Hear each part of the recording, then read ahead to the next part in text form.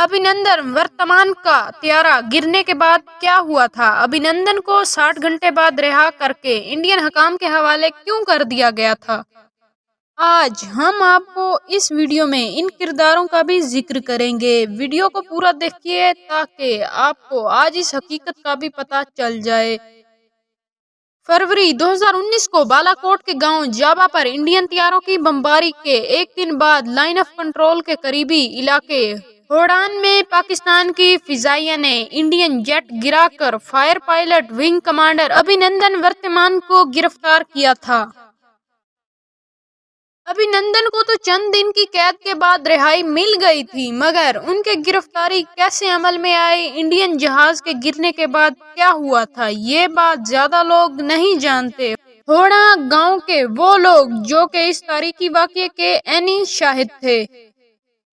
Line of control سے 4 kilometre کے فاصلے پر پاکستان کے زیر انتظام کشمیر کے ضلع سماہنی کے علاقے ہوڑا میں پہاڑ کی چوٹی پر بنے گھر کے وسیع و عریض صحن میں چودھری محمد رزاق فون پر بات چیت میں مصروف تھے کہ انہیں 2 دھماکوں کی آواز سنائی دی۔ چودھری رزاق کہتے ہیں حالات کافی کشیدہ تھے اور صبح سے جہاز اڑنے کی آوازیں سنائی دے رہی تھیں، اس لیے میں نے زیادہ توجہ نہیں دی۔ اپنے صحن میں بیٹھے چودھری رزاق نے سامنے اشارہ کر کے بتایا، تھوڑی دیر بعد مجھے آسمان میں دھوئیں کا ہولہ دکھائی دیا۔ جب دھواں نیچے آیا تو آگ کے نارنجی گولے میں بدل گیا۔ میں فوراً بھانپ گیا کہ یہ جہاز کا ملبہ ہے۔ ابھینندن کی ڈرامائی گرفتاری کی کہانی۔ پہاڑ کی وہ چوٹی جہاں ابھینندن ورتمان اپنے طیارے کی تباہی کے بعد پیراشوٹ کی مدد سے اترے تھے، وہ کہتے ہیں کہ پہلے تو انہیں یہ شبہ ہوا کہ یہ پاکستان کا جہاز بھی ہو سکتا ہے۔ پھر انہوں نے گردن موڑی تو سامنے پہاڑوں پر کوئی پیراشوٹ سے اترتا نظر آیا۔ میں نے فوراً عبدالرحمان کو فون کیا جن کا گھر اس پہاڑ کے بالکل سامنے تھا جہاں یہ پیراشوٹ اتر رہا تھا، اور انہیں کہا کہ فوراً جاؤ اور دیکھو یہ کون ہے۔ پہلے تو پیراشوٹ کو دیکھ کر لگ رہا تھا کہ یہ اس درخت پر گر جائے گا۔ عبدالرحمان نے پہاڑی چڑھتے ہوئے درخت کی طرف اشارہ کیا، پھر پائلٹ نے مہارت سے اس کا رخ موڑا اور آرام سے پہاڑی کے اوپر ہموار زمین پر اتر گیا۔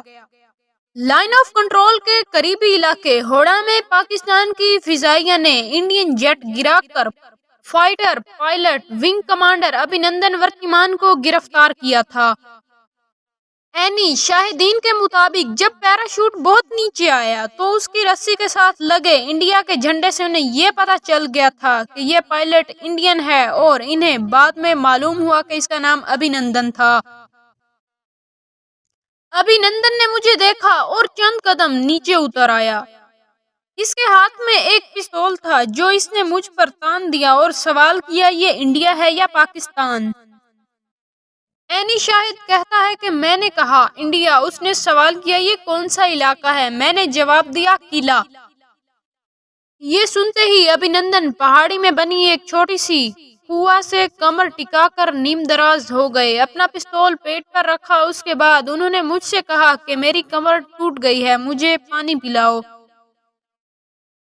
اس وقت تک ابھینندن کو یہی اندازہ تھا کہ وہ انڈیا کے کسی گاؤں میں اترے ہیں، لیکن اتنی دیر میں ہوڑا کے دیگر رہائشی بھی پہاڑی کے نیچے جمع ہو گئے تھے، جس میں سے کسی نے پاکستان زندہ باد اور پاکستان فوج زندہ باد کے نعرے لگا دیے۔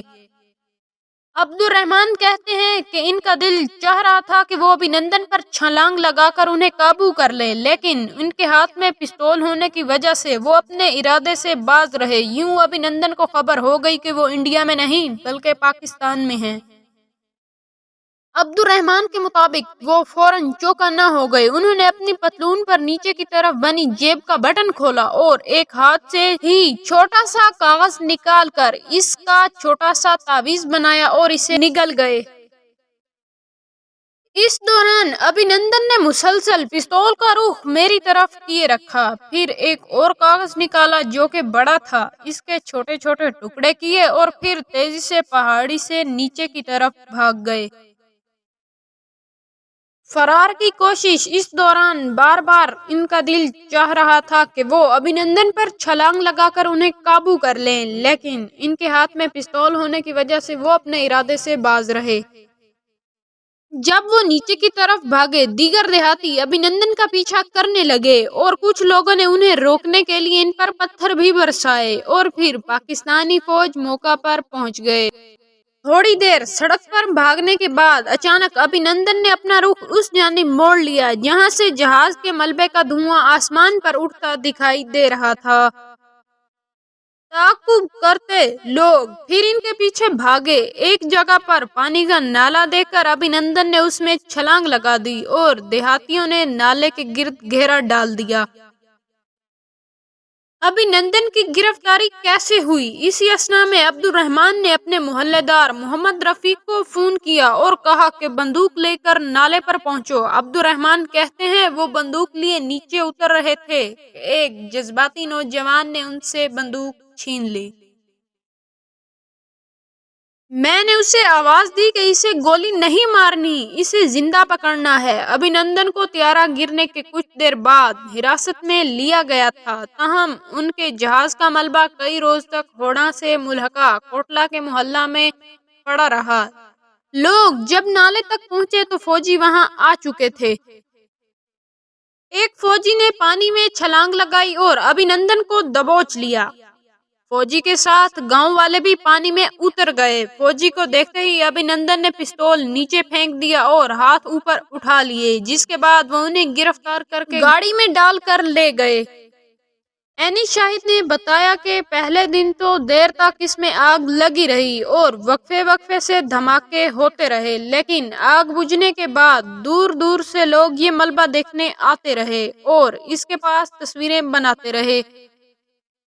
بعد میں فوج نے یہاں سے ملبہ ہٹا لیا، لیکن ابھینندن کے تباہ شدہ جہاز کے چھوٹے ٹکڑے اب بھی اس جگہ پر مل جاتے ہیں۔